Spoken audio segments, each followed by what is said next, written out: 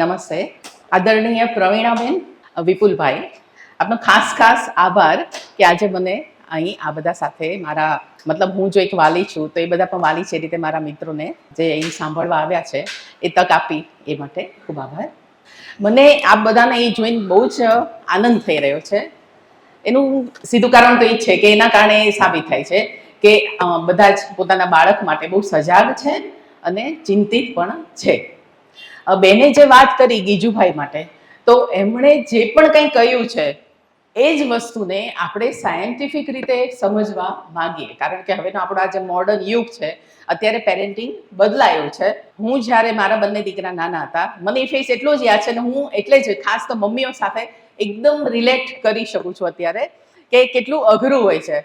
બાળક જન્મેને 2-3 વર્ષનું થાય ત્યાં સુધી તો આપણી બાળક પહેલાંની જે દુનિયા હોય અને આપણે જે જીવતા હોય, અચાનક એટલું બધું એમાં તફાવત આવી જાય, આપણે કંઈક ગાયબ થઈ જઈએ. સવાર ક્યાં પડે, સાંજ ક્યાં પડે, દિવસો ક્યાં જાય, મને તારીખો તો ખબર જ ના રહેતી કે આજે કઈ તારીખ છે.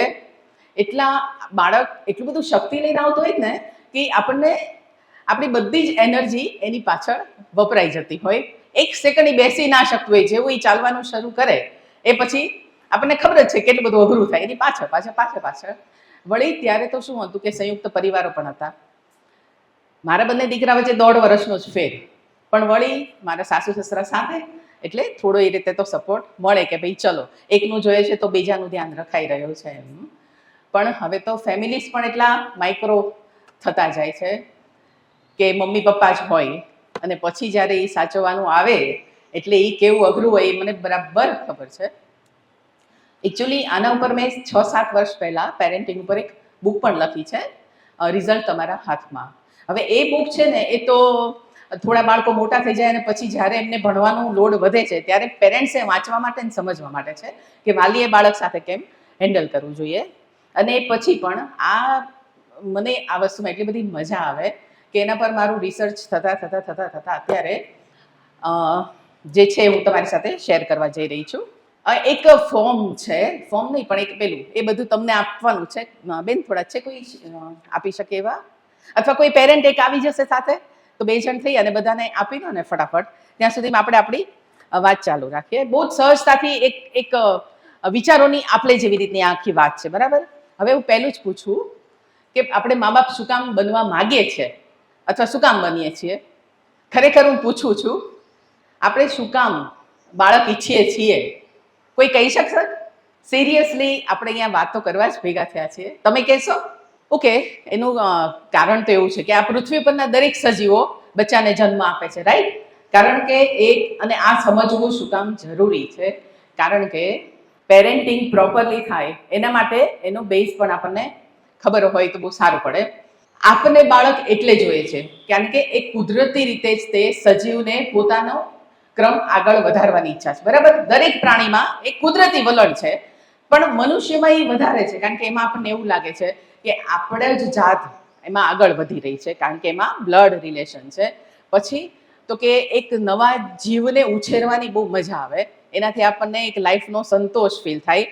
એક આવડી મોટી સૃષ્ટિમાં આપણું પોતાનું એક નાનકડી સૃષ્ટિ આપણે પોતે રચી છે અને એને આપણે મોટી કરી રહ્યા, સાચવી રહ્યા છે. એ ફિલિંગ માટે દરેક વ્યક્તિને બાળક લગ્ન પછી એમ થાય છે કે ભાઈ આપણે હોવું જોઈએ. પછી હવે એનાથી આગળ કે બાળકના જીવન માટે આપણને અપેક્ષાઓ હોય છે, ઈચ્છા હોય છે. એ શું હોય છે? બરાબર ને? બાળક આવી ગયું પછી તો કે એકદમ ખુશ મિજાજ હોય, પ્રસન્ન હોય, હેલ્ધી હોય, રમતિયાળ હોય, સ્માર્ટ હોય, તરત જ આપણને આવી લાગણી થાય. હવે એનાથી આગળ વધીએ કારણ કે મોટું થાય છે તો પછી ભણવાનું આવે ત્યારે તો કે ભણવામાં ખૂબ આગળ રહી, રિઝલ્ટ બહુ સારું લાવે, એમની કેરિયર બહુ સારી બનાવે અને એમના જીવનમાં ખુશ થાય, સફળતા મેળવે. આખી બાળકના જીવન માટે આપણને આ એક લાગણી હોય છે, બરાબર? હોય છે ને? આ લાગણી સંતોષાય, બાળક એવું થાય, એના માટે as a parent, as a mummy papa આપણે શું કરવું જોઈએ આ તબક્કે? એની સાયન્ટિફિક આખી એનું બ્રેઇન કેમ વર્ક કરે છે, કઈ રીતે એનો ગ્રોથ થાય છે, એમાં શું થાય છે, એની વાત આપણે હવે કરીશું. એ પહેલા આપને અત્યારે જે ફોર્મ જે આપ્યા છે ને થોડાક બેઝિક વાળા પ્રશ્નો, તમારે નામ નથી લખવાનું પોતાનું, રાઈટ? બસ વિગતો સાચી ભરજો, ટીક સાચી જગ્યાએ કરજો. આપણે 2-3 મિનિટમાં કામ પૂરું કરી અને કાગળ લઈ લઈએ, પછી વાત આગળ વધારીએ. બધા પાસે પેન ન હોય તો એકબીજાની પેન પાસ કરી અને પ્લીઝ, કારણ કે ઘણા પાસે કદાચ નહીં હોય તો હા, એટલે તમારી બાજુવાળાને લખાઈ જાય તો એની પાસેથી પછી પેન લઈ અને બીજાને આપજો. મોટા ભાગે લેડીઝ પાસે કદાચ નહીં હોય તો પેન શેર કરજો. આનો ફાયદો આપને 4-5 દિવસ પછી સમજવા મળશે. આજે વિગત ભરી હશે, ખરેખર દિલથી સાચી વિગત ભરજો, જરાક વિચારીને ભરજો, કારણ કે એના ઉપરથી જ તમને બહુ આગળ ઉપર અમુક વસ્તુઓ જાણવા મળશે કે જે બહુ ફાયદાકારક હશે બધા માટે. આમાં કોઈને કાંઈ પ્રશ્ન થાય, ના સમજાય તો મને પૂછી શકો છો.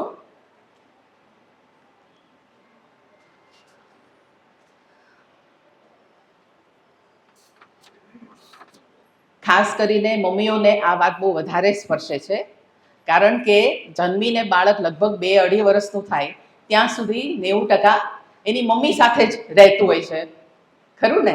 એટલે મમ્મીઓને તો આના જવાબ 100% ખબર જ છે કે શું થઈ રહ્યું છે. આપણે જાણીએ છીએ કે સમય બદલાયો છે. પહેલાં જેવું પેરેન્ટિંગ હતું એ હવે શક્ય નથી રહ્યું. પહેલાંના મમ્મી પપ્પા કહેતા કે મેં સાંભળેલું છે ને ઘણા લોકોએ સાંભળેલું હશે કે અમારા છોકરા તો ક્યાં મોટા થઈ ગયા અમને ખબર જ નથી પડી, હે ને? ત્યારે આપણને એમ થાય કાશ તમારા લોકો સાથે એવું જ થાય કે ભાઈ છોકરા ક્યાં મોટા થઈ ગયા ખબર ના પડે. પણ એ સમય જતો રહ્યો છે. કારણ કે વર્તમાન યુગમાં ઘણા ગેજેટ્સ એવા આવી ગયા છે, લાઈફસ્ટાઈલ એવી થઈ ગઈ છે કે જે પહેલા નહોતી.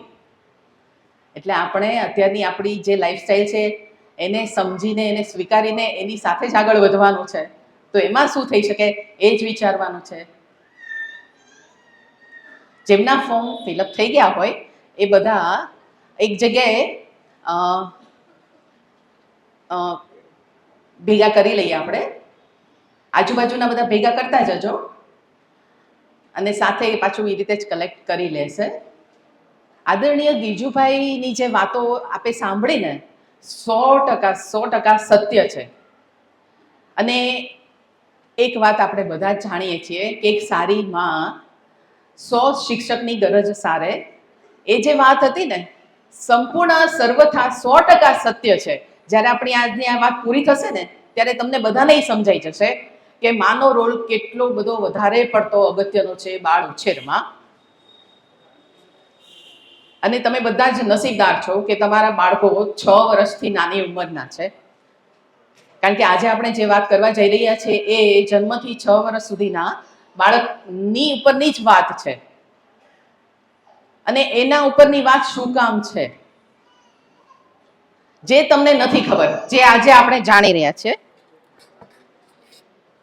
હું આપને એક વસ્તુ દેખાડું.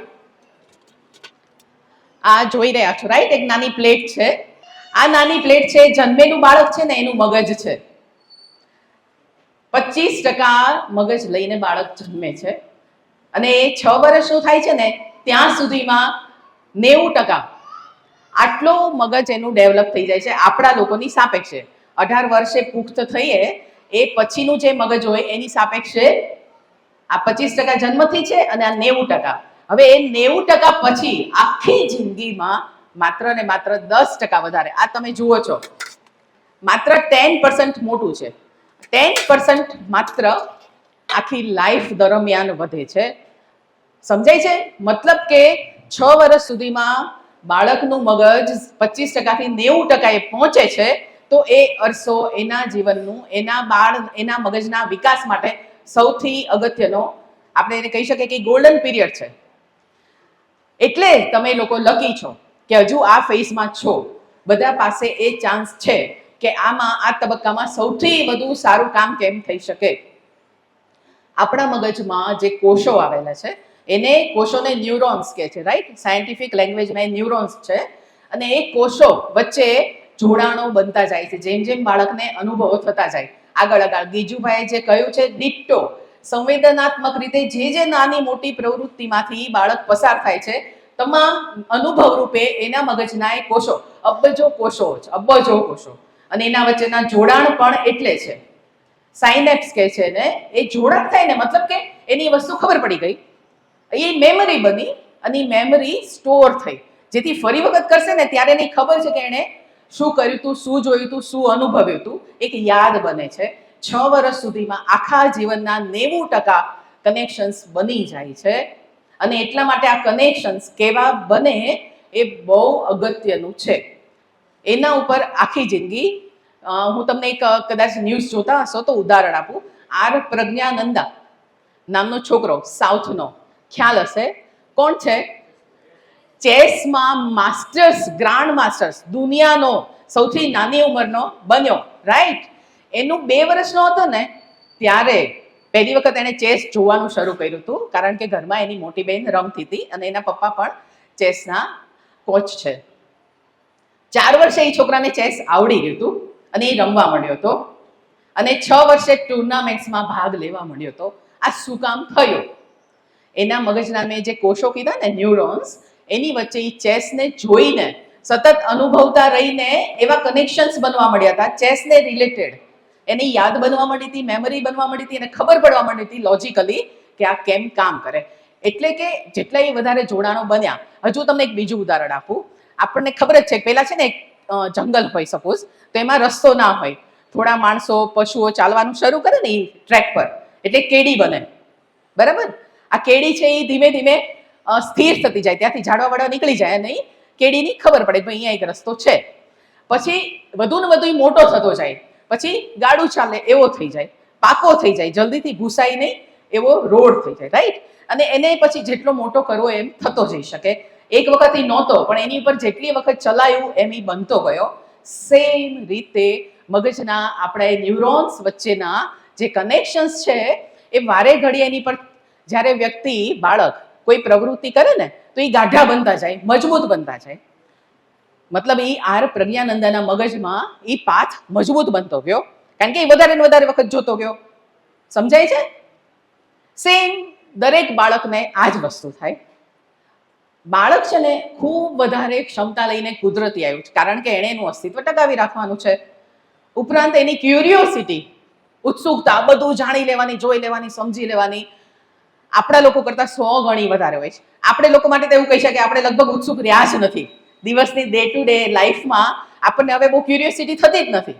અને બાળકને, ઘણાના બાળકો એવા હશે ને કે આમ બડબડ બહુ જ પડપૂછ છે. કેટલાના છે? સિરિયસલી? તો મતલબ કે બાળકની ઉત્સુકતા એ એના શીખવા માટેનો બહુ મોટો સોર્સ છે. એ સોર્સને આપણે દબાવી દેવાય નહીં.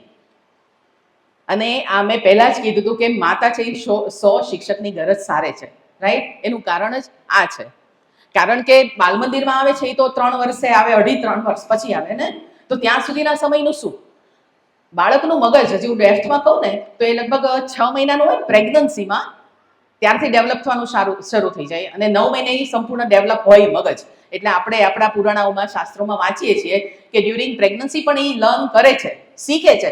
ધેટ ઇઝ ટ્રુ, કારણ કે મગજ ઓલરેડી બની ગયું છે, એમાં 25% તો પેલા કોષો બનેલા જ છે.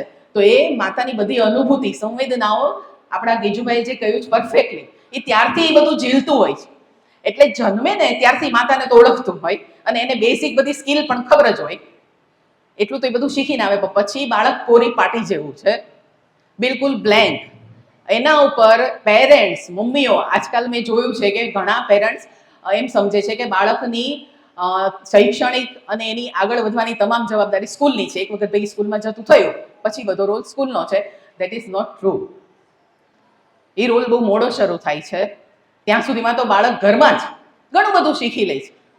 મને ખબર છે મમ્મીઓને આજકાલ તકલીફ પડે છે સિંગલ હેન્ડેડ બાળકને મોટું કરવામાં, પણ મતલબ મા બાપ બનવું અઘરું છે એ સાચું જ છે, પણ સાથે જ એ એટલું રસપ્રદય છે અને આનંદપ્રદય છે. જો આપણે સજાગ રીતે એમાં ઇન્વોલ્વ થઈએ ને તો એ બહુ મજાનું છે. 6 વર્ષ સુધીના બાળકને મોટું કરવું ને એમાં કોઈ ટેન્શન નથી, કારણ કે એને કોઈ પરીક્ષા નથી, એને ક્યાંય પહોંચવા નથી, એની ક્યાંય કોમ્પિટિશન નથી. એ બધું પછી શરૂ થાય છે. એટલે જો 6 વર્ષ પહેલાનું બાળકના ઉછેરમાં આપણે મા બાપ તરીકે જેટલું ધ્યાન આપીએ ને એ આપણા ફાયદામાં રહી છે. કારણ કે 6 વર્ષે ઓલરેડી એટલું સરસ બની ગયું હોય ને કે એની આખી કેરિયર દરમિયાન, આખી લાઈફ દરમિયાન મા બાપની મુશ્કેલી, ચિંતા, રોલ ખરેખર ઓછા થઈ જાય. આ બહુ સત્ય છે કે જે આપણી જાણ બહાર છે. 6 વર્ષ સુધીના બાળકની સાથે તો આપણે રમવાનું છે, દોડાદોડી કરવાની છે, ખવડાવવા પીવડાવવાનું, મજા કરવાની છે અને એ રીતે એનો ઉછેર કરવાનો છે. તો કેટલી બધી મજાની, બહુ મને અત્યારે બહુ એક્સાઇટમેન્ટ છે. મારે જ રાહ જોવાની છે દીકરાને ત્યાં નાનું બાબુ આવે અને ફરીથી એ રીતે રમાડી શકાય ને એને મોટું કરી શકાય. That is really amazing. હવે આ રીતે બાળકને જ્યારે જોશો ને બહુ મજા આવશે. એક નાની દીકરીનું ઉદાહરણ આપું, 3 વર્ષની, અમારી પડોશમાં. હવે 3 વર્ષે સામાન્ય રીતે બાળકને હોય ને એના કરતાં એને બોલવાની સ્પષ્ટતા ખૂબ વધારે, સાંભળવાની એની ક્ષમતા બહુ જ વધારે. આપણને એવું લાગે જ નહીં કે આપણે કોઈ નાના બાળક સાથે વાત કરીએ જ. એટલું બધું સરસ રીતે ને એટલું બધું સમજીને મોટા મોટા વાક્યોમાં એ વાત કરી શકે ને એને બોલવું જોઈએ સતત બધા ટોપિક્સ પર, એને બધી ખબર જ હોય. તો એ શું છે? દરેક બાળકમાં એક સ્કિલ હોય પોતપોતાની રીતે. કોઈકને રમત ગમતમાં એટલી મજા આવતી હોય અને કોઈકને કંઈક જોડવામાં, તોડવામાં, ફોડવામાં એમાં બહુ મજા આવતી હોય. તો આ છોકરીની એક સ્કિલ છે કે એને ભાષા સાથે બહુ વધારે સારા ફાવટ છે, સ્કિલ છે એની, રાઈટ? આમ અલગ અલગ બધી જાતની ઘણી બધી સ્કિલ 6 વર્ષ સુધીમાં હોય એમાંની એક. તો આ જો એના મમ્મી પપ્પાને ખબર પડે શું થાય, એ સમજે તો શું થાય? એ સ્કિલ ઉપર જેમ પેલું પ્રજ્ઞાનંદા ઉપર એના પપ્પાએ જોયું હતું કે ભાઈ એને ચેસમાં ખૂબ આગળ વધી શકે છે, તો એની પર એને વધારે ધ્યાન આપ્યું ને એની પર કામ કર્યું. એમ આ છોકરીની સાથે તમે દરરોજ એક ટોપિક આપો, ચલો કે ભાઈ તું સ્કૂટર પર કાંઈ બોલ, તું ગાય ઉપર કાંઈક બોલ, તું રોટલી ઉપર કાંઈ, મતલબ એ સાંભળ્યા કરો અને એને વધુ ને વધુ પ્રોત્સાહિત કર્યા કરો, તો આગળ જતા બહુ જ મોટી સ્પીકર બની શકે, કે વકીલતમાં એટલી આગળ વધી શકે, કે મેન્ટર બની શકે, ઇન્ફ્લુએન્સર બની શકે, રાજકારણમાં જઈ શકે, કારણ કે આ એની સ્કિલ છે. તો તમને લોકોને એ સ્કોપ છે બાળકની પર્ટિક્યુલર સ્કિલ જાણવાનો. શાંતિથી ઓબ્ઝર્વ કરો, તમને 2-4 મહિના ખબર પડી જશે કે કેમાં એને વધારે રુચિ પડે છે, કઈ વસ્તુ કરતા એ થાકતું જ નથી, એને બહુ મજા પડી જાય. અચ્છા, અહીંયા કંઈક ડિસ્કશન થઈ ગયું, મતલબ થઈ રહ્યું છે, મતલબ તમે લોકોએ કંઈક નોટિસ કર્યું હશે. શું છે? રમવાનું, રાઈટ. એટલે એનું મિકેનિકલ માઇન્ડ છે, લોજિકલ માઇન્ડ છે. હવે જો લોજિકની વાત કરીએ ને, હવે જો તમે લોકો ધ્યાન આપશો, એ લોજિકલ માઇન્ડને આગળ આગળ કઈ રીતે વધારે ડેવલપ કરી શકાય, એને ઘરેલું જ કેટલી બધી વસ્તુ આપી શકાય, ઢગલાબંધ વસ્તુ એમાં રસોડું છે ને, એ તો એક બહુ મોટું રમકડા ઘર છે. મેં નથી સાંભળ્યું, જેને પૂછ્યું બધા કે હા, અમારા છોકરાને રસોડા બહુ જ ગમે, એને ચમચી ચમચા વાટકા બધું પકડાવી દો ને તો એ કલાક કાઢી નાખશે. મોંઘા મોંઘા અમેરિકાના, ઓસ્ટ્રેલિયાના એ બધા રમકડાઓ ભેગા કર્યા છે, એનાથી કંટાળશે, પણ રસોડાથી નથી કંટાળતું. લોજિકલ સ્કિલ ડેવલપ કરવી હોય ને, તમે એને વાટકાનો થપ્પો આપી દો, નાના નાના મોટા મોટા એવી રીતે, હા, તો ધીમે ધીમે મોટાની અંદર એનીથી નાનું, એનાથી નાનું, એનાથી નાનું, એને આવડી જ જશે, ખબર પડશે કે કેમ ગોઠવાય. છીબા આપો, મોટા નાના નાના આતે, એવું તો ઘણું બધું છે, આપણે ઘણી આગળ વાત કરવાની છે એટલે આ પછી રાખશું. તો એની લોજિકલ સ્કિલ ડેવલપ થશે, મેથેમેટિકલ સ્કિલ ડેવલપ થશે. એટલે અત્યારે આપણને ટેન્શન હોય કે બાળકનું મેથ્સ બહુ નબળું છે, એ ટેન્શન બહુ મોટું જ બધાને કે 9મા 10મામાં બોર્ડમાં આવશે ત્યારે કેમ એમાં માર્ક આવશે.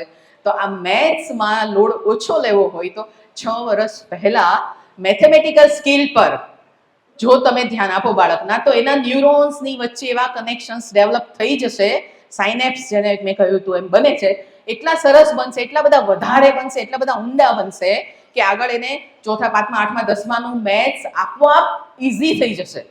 જે તે સમયે જે લર્ન કરવાનું હોય એને આપોઆપ પછી સરળતાથી આવડે, જો 6 વર્ષ પહેલા આ ધ્યાન રાખ્યું હોય. અને એ બધી ગેમ્સ કેવી હોય, ઘરેલું જ કઈ વસ્તુ હોય, એ બધું તો હું તમને પાછળથી બહુ ડિટેલમાં સમજાવવાની છું કે ભાષાકીય સ્કિલ વિકસાવવા માટે ઘરેલું શું થઈ શકે, બધી સ્કિલ માટે જુદી જુદી વસ્તુઓ છે. અને બીજી એક બહુ મહત્વની વસ્તુ છે કે ફૂડને લઈને આપણે મોબાઈલ ઉપર તો હમણાં આવશું જ, આમાંથી કેટલી મમ્મીઓને એવી ફરિયાદ છે કે મારું બાળક મોબાઈલ વગર જમતું નથી કે ટીવી વગર જમતું નથી. બહુ બધા છે. બાળક ચંચળ છે, એને છે ને બેઠા રહેવું બહુ ગમતું નથી, એટલે એને જમતી વખતે આપણે કંઈક એક્ટિવ રાખવું પડે, એવું આપણે જોયું છે. પહેલા શું હતું કે નાના બીજા છોકરા હોય ને એની સાથે બેસી અને જમી લે, કારણ કે ઘરમાં બાળકો ઝાઝા રહેતા. એનો ઉકેલ પણ છે આગળ ઉપર. જે જમતું નથી અથવા તો ઘરનું ખાતું નથી, બહારનું ખાવાનું બહુ જ બધું ભાવે છે, જાત જાતના પેકેટ્સ છે, તૈયાર નાસ્તા છે, આઈસ્ક્રીમ, ચોકલેટ, તો હવે આ બધાની પણ 6 વર્ષ પહેલા આપણે જો ધ્યાન ન આપીએ અને આપીએ તો શું ફરક પડે એની વાત કરું. એક બાળક એના મમ્મી પપ્પા એને રેસ્ટોરન્ટમાં લઈ ગયા, રાઈટ, અને પીઝા મગાવ્યો. તો 2 વર્ષનું બાળક, એને પીઝા પહેલી વખત ખવડાવ્યો. માઇલ્ડ ચીઝ વાળો પીઝા હતો. બાળક એક બાઈટ લીધું, એને મજા પડી ગઈ. આમ એની આંખો ને ફેસ ને બધું એકદમ સ્માઇલિંગ ને આ શું ટેસ્ટી છે એનું ફેસ કીધું તો એને બહુ ભાવી ગયું. એટલે મમ્મીએ ફરી વખત નાનો બીજો ટુકડો આપ્યો. એમ કરીને એને એક આખો પીસ ખાઈ લીધો અને બહુ એન્જોય કર્યું. એ વખતે પહેલી વખત એના એ મગજના કોષો વચ્ચે મેમરી બની કે પીઝા કેવો હોય. એને યાદ રહી ગયું કે એને બહુ ભાવી ગયો. એ જોડાણ બની ગયા પહેલી વખત પીઝા માટેના, કે જેને કારણે ફરી વખત એ પીઝા જોશે ને તો એના મોઢામાં પાણી આવશે કે આ તો મને બહુ ભાવે એવી વસ્તુ છે, આ તો મને ખાવી છે. પહેલી વખત મેમરી બની. દરેક વસ્તુની મેમરીઝ બને આવી રીતે. પછી શું થાય કે ફરી વખત રેસ્ટોરન્ટમાં જાય મમ્મી પપ્પા, એટલે પહેલાને જ ખાવું હોય કે મને પીઝા ખાવો છે. બાળકની ખાવાની યાદ પણ આવી રીતે 6 વર્ષ પહેલા મેક્સિમમ બની જાય છે. એને કારણે જ આપણને ખબર છે કે ભાઈ મુકેશ અંબાણીને તો 32 જાતના પકવાન, 32 નહીં પણ 3200 જાતના પકવાન હાજર હોય. દુનિયાના શેફ એના ઘરમાં છે, રાઈટ. આપણા નરેન્દ્રભાઈ મોદીજી તો એમની એ ખબર છે કે અરે એમને ક્યાં કઈ અછત છે, એ લોકો શું ખાય છે, એ લોકોને હજી પણ શું ભાવે છે. રોટલી, ભાખરી, થેપલા, ખમણ, ખીચડી, કઢી, હજી પણ એ લોકોની થાળીમાં આ જ વસ્તુ રેગ્યુલરલી હોય છે. મેં સિરિયસલી રિસર્ચ કર્યું, જોયું હતું કે ભાઈ શું ચેન્જ આવે. તો એ લોકો હજી આ જ ખાય. શું કામ એવું થયું? કારણ કે નાનપણમાં એમણે એ જ ખાધું હતું. નાનપણમાં એમણે એ જ ખાધું હતું અને એ જ મેમરી બની હતી અને એની સાથે જ એમના મગજમાં એક ટેસ્ટ પણ ડેવલપ થઈ ગયો હતો. 6 વર્ષ પછી જે બાળક પીઝા ખાવાનું શરૂ કરશે એને 2 વર્ષે જેને પીઝા ખાધો હતો ને એટલું એની જિંદગીમાં ક્યારે એની એટ્રેક્શન થાય. માટે આપણે જો બાળક માટે ઈચ્છતા હોય, આપણે બાળક માટેની મેં શરૂઆતમાં કહ્યું કે અમુક અપેક્ષા હોય છે, અમુક ઈચ્છા હોય છે કે એની જિંદગી આવી હોવી જોઈએ. તો એમાં પેરેન્ટ્સનો રોલ શું? પેરેન્ટ્સનો રોલ એ છે કે આપણે જે ઈચ્છીએ છીએ કે એ રિસ્પોન્સિબલ બને, હેપી હોય અને સક્સેસફુલ હોય. હેપી હોય એમાં એની હેલ્થ આવી ગઈ, રાઈટ. આવું એ હોય તો આવું એ બને એના માટે જે કરવું પડે એ કરવું એ આપણો રોલ છે. હે, તો એ રિસ્પોન્સિબલ કેમ બનાવવું એને? તો અચ્છા, મેં પહેલાં જે કહ્યું કે ભાઈ ફૂડની વાત, તો હું ફરીથી કહીશ કે તમે જો ઈચ્છતા હો ને કે આપણું બાળક ભાઈ કોલ્ડ ડ્રિંક્સ પ્રત્યે ન આકર્ષાય, ચોકલેટ પ્રત્યે ન આકર્ષાય, કારણ કે આપણને ખબર છે કે એ બધું કંઈ સારું નથી, હેલ્ધી નથી. કેલરીઝ મળે છે પણ એમાં પોષણ, એવું ન્યુટ્રિશન નથી. એ બધી ટેવ પડાય નહીં. તો પછી એમને અત્યારે આપણે જે જમતા હોય ને રોટલી, ખીચડી, ભાખરી, અને આપણને માનતા હોય કે આ જ બધું સારું છે, તો એ જ ખવડાવજો. બહારનું ઓછામાં ઓછું, સાવ ઓછું, કે જેથી એના મગજમાં મેમરીઝ બને, જે એને ભાવતું થાય ને એ આપણી આ ઘરેલી વસ્તુ થાય. અને એમાં આપણે ગૌરવ લઈએ. ઘણી મમ્મીઓ એમાં ગૌરવ લે, અરે યાર મારું છોકરું તો રોટલી દાળ ખાતું જ નથી, એને તો બધું ફેન્સી જ જોઈએ. એ ગૌરવ લેવાની વાત છે? ઓબ્વિયસલી નથી. કદાચ આપણને મુઠિયા છે, પછી લાપસી, કેટલી બધી આપણી સરસ વસ્તુઓ છે જેનું ક્રેવિંગ આપણને હજી થતું હોય. આ જ વસ્તુનું ક્રેવિંગ બાળકને ત્યારે જ થશે કે જો બાળક 6 વર્ષ પહેલા એ ખાઈને બહુ ખુશ હશે. એટલે જે સાયન્ટિફિકલી બ્રેઇન જે કામ કરે છે એ જો આપણે સમજીએ તો આપણને ચોખ્ખી ખબર પડે કે ભાઈ ઓકે, હવે આપણે આવું ધ્યાન રાખવાનું છે. પછી મેં તમને એક બીજું કહ્યું કે ક્યુરિયોસિટી બાળકમાં ભારોભાર હોય. ઘણી મમ્મીઓને એવું થાય, યાર છોડને, હવે તને શું કામ, બહુ નાનો જ કંઈ ખબર ના પડે. અહીં હું ફરીથી કેશુભાઈને યાદ કરીશ કે બાળકનો આત્મા, કે બાળક ખુદ નાનું છે જ નહીં, ખૂબ સમજણ ધરાવે છે. આપણને એવું લાગે છે કે એ બાળક છે એટલે નાનું છે, એવું નથી. ઘણી બધી વસ્તુમાં ખબર છે, મોટું બાળક હોય ને એને એમ કહીએ આપણે કે ભાઈ આ રેવા દે, નથી કરવાનું, મૂકી દે. ના પાડીને એક વખત સમજણ નથી પડતી, ત્યારે બાળકના મનમાં હંમેશા એ પ્રશ્ન થતો હોય કે પણ કારણ તો કયો. અને આપણે લોકો કારણ કહેવાની દરકાર એટલે નથી કરતા કે ભાઈ બાળકને કંઈ સમજણ નથી, એવું આપણે માની લીધું છે. જેમ આપણને પણ કોઈ કંઈક ના પાડે તો આપણે પહેલો પ્રશ્ન થાય કે મને કારણ તો કયો, કારણ મને ગળે ઉતરશે, સમજાશે તો હું ભાઈ વિચારીશ કે એવું નથી કરવું. એમ બાળક સેમ એવું જ કરે છે કે જો એ જીદ પકડે છે ને આપણે દર વખતે એમ કે ભાન ના પડે, તને એકવાર કીધું એમ કરવાનું, મોટા કંઈ માની જવાનું નહીં માને. કારણ કે આ જીનેટિકલી આપણે એનું લોજિક જાણવા માંગીએ છીએ, પણ બાળક માત્ર એટલું બોલતું નથી કે મને કારણ કયો. એ રિપીટેડલી કર્યા કરશે, નહીં માને જ્યાં સુધી કન્વિન્સ નહીં થાય. તો બાળકની ક્યુરિયોસિટી હંમેશા સંતોષવી એક બહુ જ જરૂરી વસ્તુ છે. મમ્મીઓએ ખાસ ધ્યાનમાં રાખવાનું. એના માટે મમ્મીએ થોડાક એલર્ટ રહેવાનું કે ભાઈ એને ખબર હોવી જોઈએ કે આના જવાબ શું છે. એ જે ના પાડે છે તેની પાછળના કારણ શું છે. બીજું, ઘણી ક્યુરિયોસિટી એની એવી હોય કે એને કંઈ ઘણું સમજાતું નહીં. અચ્છા, એક છે ને દીકરો હતો, એને મોબાઈલ જોતો હતો. મમ્મીએ કીધું હું મોબાઈલ તને નહીં દઉં, આપણે હમણાં નીચે જઈએ છીએ ત્યાં તું રમજે, હું 10 મિનિટ કામ પતાવી લઉં. છોકરાએ ધમ પછાડા શરૂ કર્યા. મમ્મીએ કંઈ ગાંઠું નહીં એટલે બેસી ગયો સોફા પર આમ સુસ્ત થઈને કે હું શું કરું કંઈ ખબર નથી. ત્યાં અચાનક એનું ધ્યાન ગયું એના ડ્રોઈંગ રૂમની મેઇન બારણું હતું એની ખૂણામાં. એક કાણું જોયું એણે અને ત્યાં 5-7 મકોડા ચાલતા ચાલતા જતા હતા એક પછી એક લાઈનમાં અને બધા એ કાણામાં અંદર. એટલે એક ગયું, બીજું ગયું, ચોથું ગયું, પાંચમું ગયું, ત્યાં બીજા 2-3 નવા આવ્યા, બધા અંદર ગયા અને ગાયબ થઈ ગયા. એ ભેગો એ છોકરાને ત્યાંથી એકદમ સોફા પરથી ઊભો થઈ ગયો અને જોવા ગયો કે આ ગયા ક્યાં બધા. એને તો નવાઈ થઈ ગઈ કે આ ગાયબ થઈ ગયા તો ગયા ક્યાં. એટલે એને આજુબાજુ બધા શોધખોળ ચાલુ કરી કે ભાઈ આ છે ક્યાં મકોડા. તો અહીંયા ગયું, આ દિવાલે ગયું, આ ગયું, તો 6-7 ફૂટ દૂર બહાર પેસેજમાં એને એક બીજું કાણું મળ્યું કે જ્યાંથી બધા મકોડા બહાર આવતા હતા પાછા. અને એને એટલી બધી ખુશી થઈ ગઈ, એને એમ થઈ ગયું કે એને કંઈક શોધી કાઢ્યું. એટલે મમ્મીને જોતી બૂમ પાડી કે મમ્મી આપણા ઘરમાં મકોડાનું ઘર છે, જલ્દી આવો તને દેખાડું. એટલે મમ્મી આવી કે આ જો અહીંયાથી મકોડા જાય છે. એને નીચે ઘર બનાવ્યું છે. પછી એને પ્રશ્નો શરૂ થયા, પણ નીચે તો મમ્મી ક્યાં નીચે બનાવ્યું, જમીનમાં કઈ જગ્યાએ બનાવ્યું? એ લોકો આપણી જેમ રહેતા હશે, ત્યાં કેટલા મકોડા રહેતા હશે, એ લોકો ત્યાં શું ખાતા હશે? એને એટલા બધા પ્રશ્નો થઈ ગયા. મમ્મીને કીધું અમુક વસ્તુ કે હા બેટા એમણે આપણી જેમ ઘર બનાવ્યું છે, ત્યાં બહુ બધા મકોડા રહેતા હોય, બહુ સંપીને રહેતા હોય. અને બાળકને એ મોજ પડી ગઈ. પેલું મોબાઈલનું તો ભૂલી ગયું હતું, પણ આજે ક્યુરિયસ થયું ને તો એ વખતે એના મગજમાં પહેલા કનેક્શન બન્યા ક્યુરિયોસિટીના, કે કોઈ વસ્તુ અચાનકથી કંઈક નવાઈ વાળી જુએ તો એમાં એને આમ બધું જાણી લેવાની ઉત્સુકતા થાય. આ એનું જે વલણ થયું ને એના પેલા કનેક્શન્સ બન્યા એના મગજમાં, અને કારણ કે એ ઉત્સુકતા એની સંતોષાણી. હવે આવા પ્રશ્નો એને જેટલી વખત થાય એટલી વખત એની મમ્મી એને જવાબ આપે.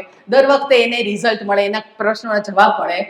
તો એને કારણે આગળ જ્યારે ભણે છે ને, કારણ કે ભણવામાં ઉત્સુક હોવું એ બહુ સારી નિશાની છે. જેટલું બાળક ક્યુરિયસ હશે ને એટલું વધુ સારું ભણી શકે. કારણ કે એને આગળ ગુજરાતીમાં, સમાજમાં, વિજ્ઞાનમાં બધામાં પ્રશ્નો થાય કે આમ કેમ, અને આમ કેમના જવાબ મળતા જાય ને એમ એની પરમેનન્ટલી યાદ રહેતું જાય, સમજાતું જાય. અને ક્યુરિયસ વ્યક્તિનો જ ગ્રોથ શક્ય છે. ક્યુરિયોસિટી ઘટી જાય ને પછી આપણું જીવન પ્રમાણમાં એક સરખું થઈ જાય. જેમને વિકાસની ઈચ્છા હોય એમના માટે ક્યુરિયોસિટી બહુ જ જરૂરી છે. અને ક્યુરિયોસિટી ત્યારે જ હોય કે જ્યારે 6 વર્ષ સુધીમાં આપણે એની આ વસ્તુને સતત જવાબ આપ્યા હોય. એમ ના કીધું હોય ભાઈ તને ખબર ના પડે, તું ત્યાં આવું ના ઉપર પૂછ કરે, મને ટાઈમ નથી, પછી જવાબ આપીશ. આવા કોઈ જવાબ દેવાને બદલે એના જવાબ સંતોષાવા જોઈએ. ક્યુરિયોસિટીમાં આવી જ રીતે એક મમ્મીને એ મોબાઈલ આપે નહીં એટલે છોકરું કંટાળે ને બાલ્કનીમાં જઈને ઊભું રહી જાય. એનું બાલ્કની 3જા ફ્લોર ઉપર અમદાવાદમાં, અને ત્યાંથી જ એનો મેઇન રસ્તો પસાર થાય. પછી વાહન જોવામાં મશગુલ બની જાય એટલે, અને જોતા જોતા એને 2-4 દિવસે પકડાણું. એટલે પૂછ્યું મમ્મીને કે મમ્મી આ બધી ગાડી, એટલી બધી કાર્સ જાય છે, તો એમાં વ્હાઈટ ગાડી કેમ આટલી બધી છે? બધા લોકો વ્હાઈટ ગાડી જ લે છે. એટલા નાના લગભગ 4.5 વર્ષનું એ બાળક, એનું મગજ કેટલું ક્યુરિયસ હશે કે એને 2-3 દિવસમાં પકડી લીધું. કે એટલે મમ્મીને એ વિચારે કે આ વાત તો સાચી છે. એને 2 મિનિટ આમ નજર રાખી તો 80% કાર્સ વ્હાઈટ હોય છે. આપણે હવે તમને લોકોની બહાર જશો તો દેખાશે કે આ ગાડીઓ વ્હાઈટ વધારે હોય છે. એટલે એની મમ્મીને જેટલું ખબર હતું એટલું તો કીધું એણે કે હા બેટા કદાચ છે ને આપણે ત્યાં બહુ જ ગરમી પડે છે ને તો એમાં વ્હાઈટ કલર બહુ સારો, એ ટેમ્પરેચરને રિફ્લેક્ટ કરે, એટલે એમાં ગરમી ઓછી લાગે ને એટલે અહીંયા બધા વ્હાઈટ વધારે લેતા હશે. તો વધારે સાંજે તું પપ્પા આવે ને ત્યારે પૂછજે, એમને વધારે ખબર હશે. એના પપ્પા એન્જિનિયર હતા એટલે એણે એને ઠેકાડ્યું નહીં, પણ આવી રીતે જવાબ આપ્યો. બહુ સારી વાત કહેવાય. એટલે આ વસ્તુ જ્યારે ક્યુરિયોસિટી સંતોષાય ને ત્યારે બાળકનું લોજિકલ બ્રેઇન પણ બહુ જ આગળ ડેવલપ થાય. બહુ જ સારો એનો ગ્રોથ થાય. હવે તમે સમજી શક્યા હશો. અને એક બહુ જ મહત્વની વાત, મારા ખ્યાલથી 10 વાગે એટલે બધાને જ અત્યારે બહુ જ જવાની ઉતાવળ હશે, એટલે આપણે ત્યારે ટૂંકમાં પતાવશું. આ વિષય તો એટલો બધો મોટો છે અને ખૂબ બધું છે આની ઉપર, એ આપણે ડિટેલમાં સમજશું. સૌથી અગત્યની વાત, અત્યારે આપણા દરેકના જીવનમાં સ્માર્ટફોને પગ પેસારો કરી દીધો છે. એટલે સુધી કે ઘણી બધી મમ્મીને આ ઇસ્યુ છે કે મારું બાળક મોબાઈલ વગર જમતું નથી. તો આ મોબાઈલ આપણા મગજ સાથે શું રમત કરી જાય છે આપણે સમજવું જ પડે. એ બાળક સાથે શું થઈ જાય છે, એમાં મજા શું કામ આવે છે એટલી બધી? એક વખત આપણે મોબાઈલ લઈએ, ખબર નથી રહેતી કે સમય ક્યાં ફ્લાય થાય છે, જતો રહે છે.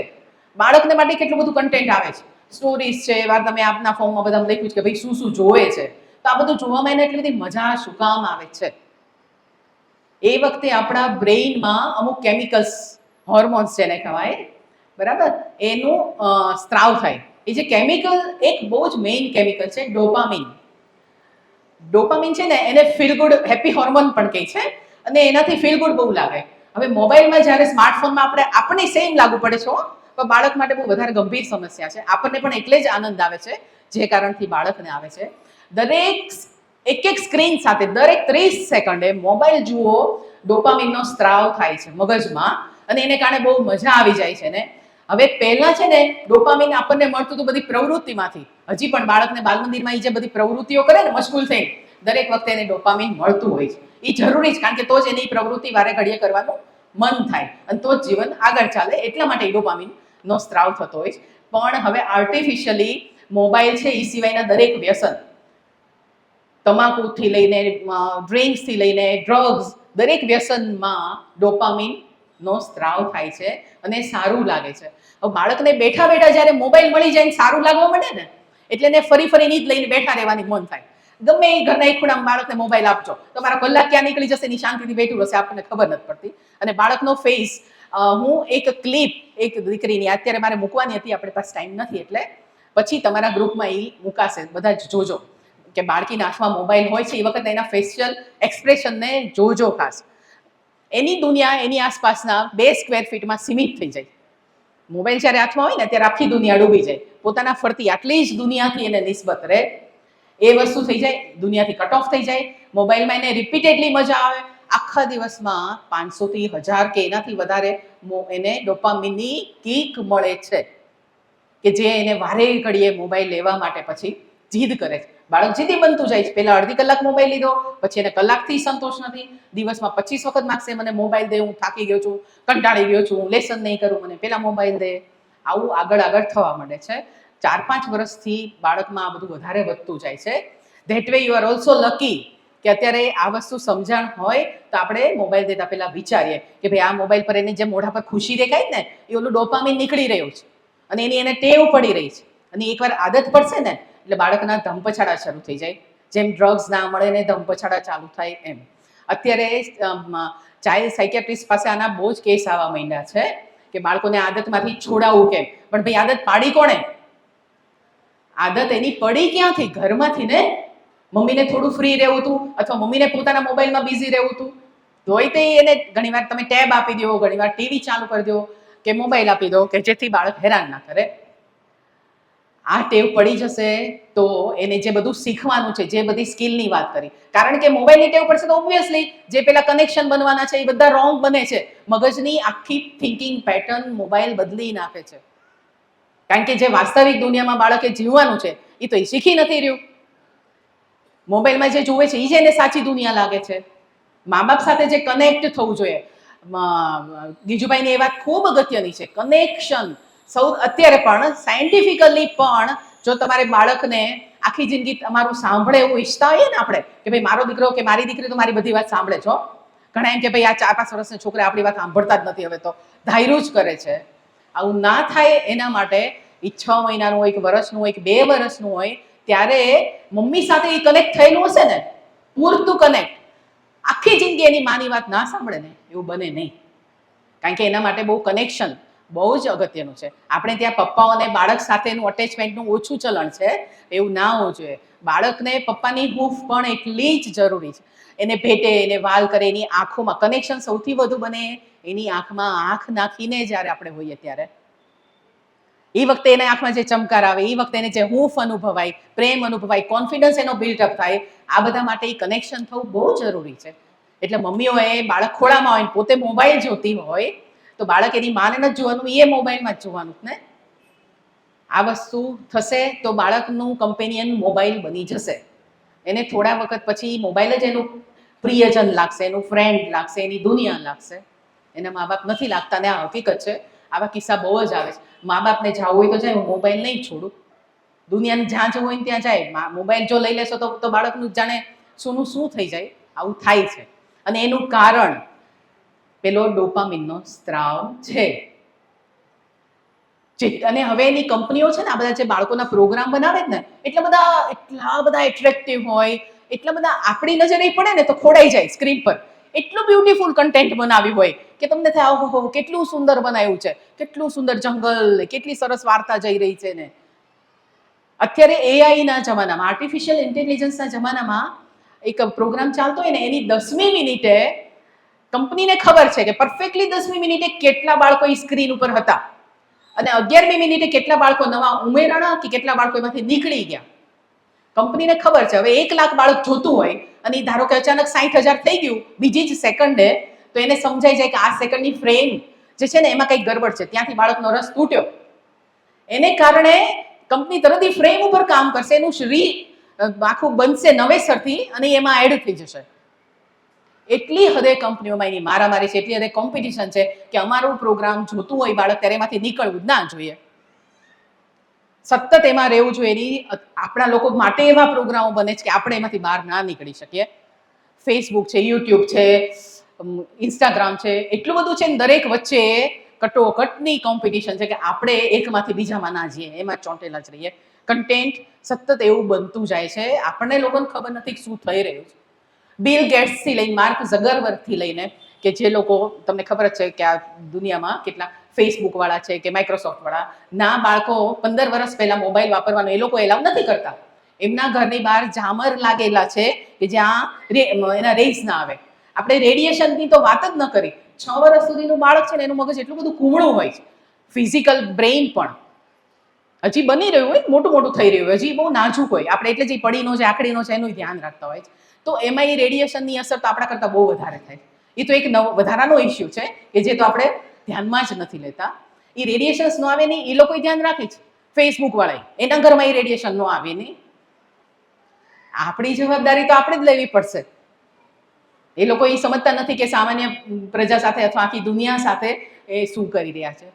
એ લોકોને એની સાથે કન્સર્ન નથી, એટલે આપણે જ જાગી જવું પડે. તો આ વસ્તુમાં જ આગળ મારી પાસે ઘણું બધું ડેટા છે કે જેનાથી, કારણ કે અત્યારે આપણે એક બેઝિક પિક્ચર ક્લિયર કર્યું, રાઈટ? પણ ખરેખર મેં આવી રીતે બાળકનો ઉછેર કરવો છે કે જેથી એની બધી સ્કિલ સરસ વિકસે. તો એના માટે શું કરવું? તો એના માટે 2 શનિ રવિ મેં વિચાર્યું છે, ભાઈની સાથે વાત થઈ છે, લોકો સાથે પણ, કે મારી પાસે એનો એક બહુ વ્યવસ્થિત આખું શેડ્યુલ છે કે એમાં તમે શું લર્ન મમ્મીઓ માટે, કારણ કે મમ્મી જ વધારે બાળક સાથે રહી છે. આપણે 1.5 કલાકના 2 સેશન, એવા 4 સેશન, કુલ 6 કલાક એપ્રિલ મહિનામાં રાખવાનું વિચાર્યું છે કે જેથી તમને પરફેક્ટલી ખબર પડે કે તમારો સમય ઓછામાં ઓછો જાય, તમારી પ્રવૃત્તિઓ ચાલુ રહે અને સાથે બાળકને શું કરાવી શકીએ કે જેથી આ રીતનું એક સ્માર્ટ એનું પેલું ડેવલપમેન્ટ થાય. તો એ માટેનું શેડ્યુલ તમને તમારા વોટ્સએપ ગ્રુપમાં મળશે. આવી રીતનું કોર્સ કરવાની આનો કોઈ આપણે ચાર્જ નથી, કારણ કે મને વધુ ને વધુ લોકો સુધી હું જે જાણું છું, હું જે સમજી રહી છું એ વસ્તુ પહોંચે અને આપણા બાળકોને એને વાલીને બધાને ફાયદો થાય. મને એમાં બહુ મજા આવી રહી છે.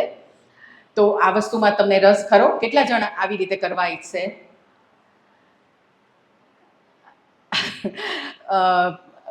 પેરેન્ટ્સમાં મેલના, પુરુષોના પણ હાથ ઊંચા જોઈને મને ખરેખર બહુ આનંદ થઈ રહ્યો છે, કારણ કે મેં માત્ર મમ્મી માટે આ વિચારેલું છે. જો બધાને પણ લર્ન કરવું હોય તો ઇટ ઇઝ ફાઇન. હવે આજે સંખ્યા હોય, એક નંબર વિપુલભાઈ ગ્રુપ પર મૂકશે અથવા બાલ મંદિરમાંથી જે પણ હેન્ડલ કરતું હશે વોટ્સએપ ગ્રુપ એમાં મૂકશે. એમાં બધા યસ કહેજો, એટલે જે સંખ્યા થશે એના ઉપરથી આપણે કઈ જગ્યાએ રાખવું એ ખબર પડે, બધા શાંતિથી. અને સમય વધારે બધાને કયો અનુકૂળ આવે. હું મોસ્ટલી વધારે અમદાવાદ રહું છું, તો પણ અહીંયા પણ ઘર છે અને ત્યાં પણ, એટલે હું આવી જઈ શકું છું. તો એ રીતે મને પણ શેડ્યુલ માટેની ખબર પડે. તો વીકેન્ડમાં કયા દિવસ વધારે ફાવે આના માટે? કોઈ જરા જોરથી કે.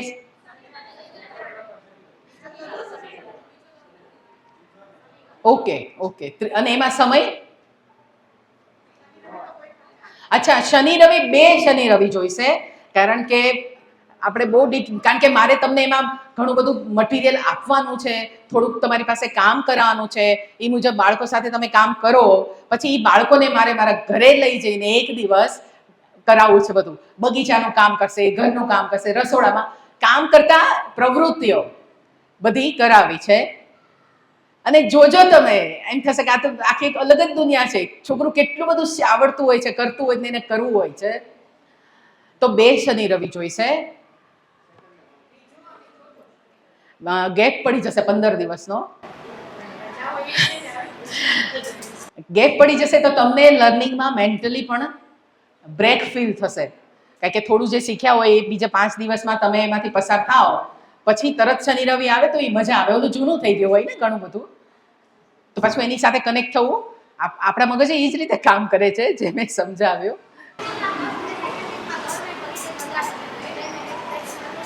ચોક્કસ આ સારો સુઝાવ છે કે ગવર્મેન્ટ હોલિડેઝ છે ઓલરેડી એપ્રિલના 1st-2nd વીકમાં, બરાબર? તો આપણે એવું કંઈક સેટ કરીએ અને તમને ડેટ પણ આમાં આપવામાં આવશે અને સમય પણ આપવામાં આવશે. ગરમી બહુ ન થાય એવો કંઈક આપણે સમય રાખશું અને ખૂબ બધું સાથે રહીને શીખશું. ઘણું બધું તમે મટીરિયલ મેળવશો, તમારી પોતાની નોટ્સ પણ બનશે અને બહુ જ મજા કરીશું. તો આ સાથે જ હું અત્યારે મારી વાતને પૂરી કરું. આ તબક્કે કોઈને જો કંઈ પૂછવું હોય તો યુ આર મોસ્ટ વેલકમ. આપણે બધાને ખબર છે કે અત્યારે ઇંગ્લિશ મીડિયમનો વ્યાપ વધતો જાય છે.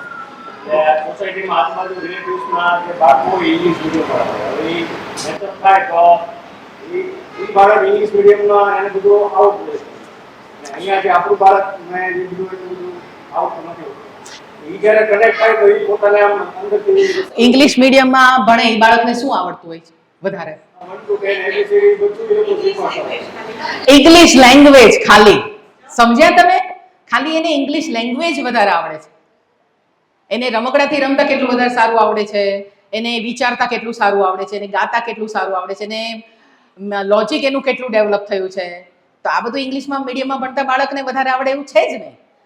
આપણે ત્યાં ભૂત છે ને, અંગ્રેજો ગયા પણ પાછળ લીસોટા છોડતા ગયા, એમાંથી આવેલું છે.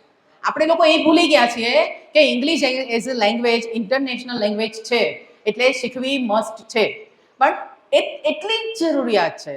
બાકીના તમામ વિષય પણ ઇંગ્લિશમાં ભણવા પડે ને, એવું તો આપણા દેશમાં જ છે વધારે. કે ભાઈ વિજ્ઞાન ઇંગ્લિશમાં, ભૂગોળ, ઇતિહાસ, સાયન્સ, વિજ્ઞાન પણ ઇંગ્લિશમાં ભણવું પડે. આ કોઈ સેન્સ જ નથી બનતી. આ કોઈ સેન્સ નથી. સૌથી વધુ સારું તો એને આવડશે ત્યારે જ તે કે જ્યારે એની માતૃભાષામાં ભણશે. કારણ કે ત્યાં પણ અગેન પેલા ન્યુરોન્સ પણ ઢગલાબંધ બની રહ્યા છે, મગજના કોષો નવા, એની સાથે જે કનેક્શન થઈ રહ્યા છે. આપણા ઘરમાં જે ભાષામાં એ બાળક મોટું થતું હોય, આપણે ત્યાં ગુજરાતી છે એટલે ગુજરાતી એટલું જલ્દીથી કેચઅપ કરી લે, ગ્રાસ્પ કરે. એની વાંચવાની ક્ષમતા, વાંચવાનો શોખ, વાંચનનો શોખ જે માતૃભાષામાં ભણ્યા હોય ને એ બાળકમાં જ શક્ય છે.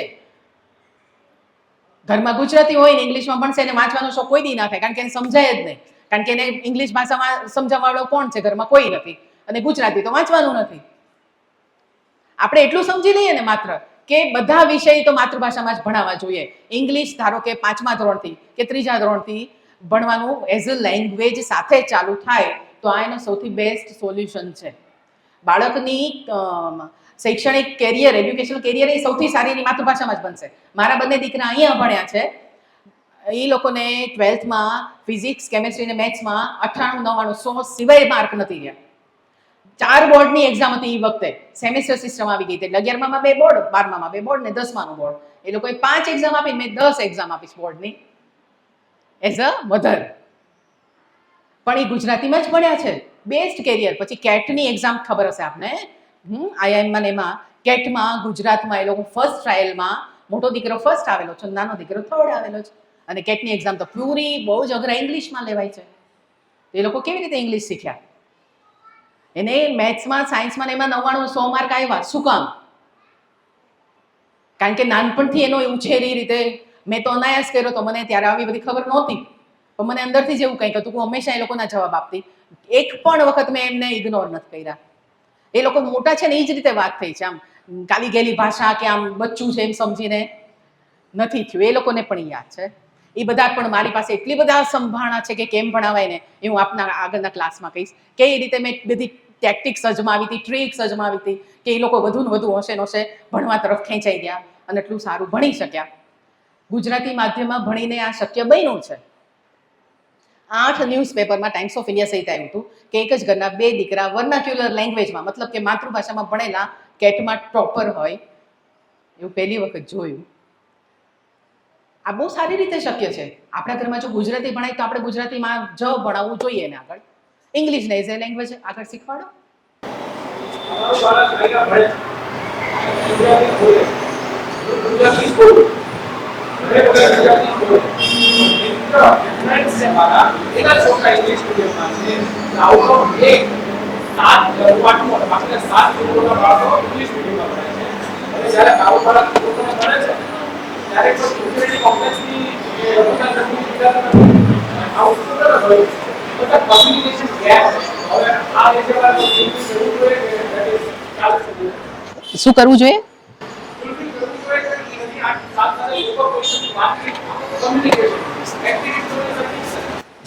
ના, બરાબર છે. એક્ટિવિટી સારી કરે છે. કદાચ તમે જોયું હશે કે એક વસ્તુ એ થઈ શકે કે ગુજરાતી મીડિયમમાં ભણતા બાળકોની થોડીક શોધ ચલાવીને એને કંઈક નવા 2-4 મિત્રો જો શક્ય હોય તો બનાવો. કારણ કે આજે આજુબાજુમાં જોઈ અને દેખાદેખીથી જે કરવાની આપણી પેરેન્ટ્સની જે વૃત્તિ વિકસી છે ને એ એના માટે બહુ ઘાતક છે. એ બાળકને જો સંપૂર્ણપણે સ્પષ્ટતા હોય ને કે માતૃભાષામાં ભણે છે તો એના માટે કેટલું સારું છે અને એના કારણે એ જો ગૌરવ લેવા માંડે ને તો આ મેટર ઘણા અંશે સોલ્વ થઈ જશે. અને એ વસ્તુ કરવી હોય તો એટલા માટે જ આપણે બાળકનું પણ એક સેશન રાખી શકીએ કે જ્યાં આ વાત એને ગળે ઉતરી જાય. એવી જ રીતે મોબાઈલ વિશે પણ બાળકની સાથે જ સીધી વાત થાય કે બેટા આ મોબાઈલથી શું થાય છે. આપણે મોબાઈલમાં સામે દઈને કહી દઈએ મોટું બાળક એને મોબાઈલ ખરાબ છે, નુકસાન થાય, એનાથી આંખને નંબર આવે, આંખ ખરાબ થાય. કીધું ને એકવાર ના વપરાય, નથી સમજવાનું. કારણ કે લોજિકલી કન્વિન્સ નથી થયું. કારણ કે એને તો બહુ મજા આવે છે એમાં. તો ઓબ્વિયસલી તો એની ફિલિંગ ઉપર ધ્યાન આપશે ને કે અરે યાર આમાં બહુ મજા છે, મમ્મી પપ્પા ગમે એ કે એ વાત ખોટી છે. નંબર આવે તો હવે ઠીક છે, ઘણા ચશ્મા પહેરે છે, આપણે પહેરી લેશું. એટલે એમાંય તે બાળકને લોજિકલી આપણે જો કન્વિન્સ, મારા એની પણ વિડીયોઝ બની રહ્યા છે અને ઘણા બને છે. એની યુટ્યુબ પર ચેનલ 1-2 મહિના પછી ચાલુ થશે. જો બાળકને એની વાતની સાચી ખબર હશે ને તો એની જાતે મૂકી દેશે. અને હા, જમવાવાળું એક સોલ્યુશન આપી દઉં તમને કે જો જમવામાં બાળક મોબાઈલ લેતું હોય ને તો એનું તાત્કાલિકનું સોલ્યુશન છે કે ઘરમાં ટીવી એવું હોય કે જેની સાથે મોબાઈલ કનેક્ટ કરી શકો તો ટીવી જોતા જોતા જમાડો. તાત્કાલિક એની જીદ ના છોડે તો. ટીવીનો ફાયદો એ છે, ટીવીની આદત નથી થતી, એનું વ્યસન નથી થતું. ટીવી ઘરમાંથી ફેરવી નહીં જઈ શકે બધી જગ્યાએ. પછી ટીવી હશે તો ત્યારે આખા રૂમ સાથે કનેક્ટેડ હશે. મોબાઈલમાં કેવું થાય કે એની આસપાસના આટલા એરિયામાં જ ખોવાઈ જાય. જ્યારે ટીવીમાં તો ટીવી જોતો હશે, મારે વાત કરતું જશે, ઘરમાં બીજા કોઈ હશે, આજુબાજુની ચહેલ પહેલ હશે, આ બધું ધ્યાનમાં રહેશે. ટીવીમાં નુકસાન છે પણ ઘણું મોબાઈલની કમ્પેરિઝનમાં ઘણું ઓછું છે. એ ટીવીમાં ખોવાઈ નહીં જાય, ડૂબી નહીં જઈ શકે. મોબાઈલમાં એ આંખ ખોડી દેશે ને તો તમે એને ગમે એટલું બોલાવશો તમને જવાબ દેવાની એને દરકાર નથી રહેતી. આ વસ્તુ ટીવીમાં નથી થતું. એને ખબર છે કે 15-20 મિનિટ જોયું ને ધેટ્સ ઓલ, પછી આખો દિવસ ટીવી ભૂલી જશે. એટલે તાત્કાલિકના ધોરણે જો મોબાઈલની આદત હોય તો એને તમે ટીવીમાં શિફ્ટ કરી શકો. પણ ટીવીમાંથી એ કેમ આગળ બહાર લાવવું એ સહેલું છે. એટલે મોબાઈલથી અત્યારે તમે આ કરી શકશો.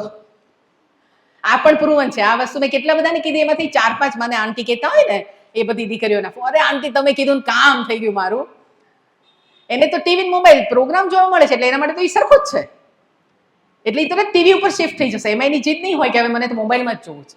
એને કાર્ટૂન દેખાય જ ને એટલે કે કામ થઈ ગયું. હવે પછી તો ટીવી જોતા જોતા ઉતરે નીચે સોફા પરથી, હાલચાલ કરે, ખાય, પાછું જોવે, ખોડાઈ ના જાય. એટલે આ તો પ્રૂવન વસ્તુ છે. હવે કઈ છે? હા હા હા, એની જ વાત છે. આગળ ઉપર આપણે એને ભણાવીએ શકીએ ટીવીમાં. એનાય ફાયદા છે કે ટીવીમાં મોબાઈલમાં જોતું બાળક મોટાભાગના ખોટું બોલે છે. મમ્મી પપ્પા આવે એવું દેખાય ને સ્ક્રીન ચેન્જ થઈ જાય. ઘણા લોકો હસી રહ્યા છે, મતલબ કે આ વસ્તુ ફેસ કરે છે. બાળકને કોઈને માતા શીખવાડી પણ બધા સંસ્કૃત આપણા બાળકને જ્યારે ખૂબ માં એને સામું માતા શીખવાડવું કે જો સામું માતા શીખવાડીએ તો ખોટું બનાવી દેશે. સેલ્ફ ડિફેન્સ તો હોવું જ જોઈએ, હોવું જ જોઈએ. એના માટે શું આપણે એને કહ્યું કે ભાઈ મને તો મારે ત્યારે શું નહીં. એના માટે છે ને આપણે બહુ પહેલાથી જ બાળકને ઘરમાં પણ ટેવ પાડવી પડે કે ભાઈ મમ્મી પપ્પા કે એ બધું માનવું જ કેવું જરૂરી નથી. એને પ્રશ્ન ઉઠાવતા શીખવું પડે. ઘરમાં નાની નાની વસ્તુમાં એને પ્રશ્ન થતા હોય ને ત્યાં આપણે એને ચૂપ બેસાડી દીધા હોય ભાઈ આમ નહીં, એ વાતોમાં એ પ્રશ્ન ઉઠાવતો થશે ને. ધારો કે એને કોઈક વસ્તુ નથી જ ભાવતી તો એ ભાઈ મને નથી ભાવતી એક વખત કીધું મને આ નથી ખાવું, તો આપણે એને ધમકાવીને ખવડાવી દઈએ એની બદલે એની પાસે જાણીએ ભાઈ તને શું વાંધો છે, શું છે આ તે.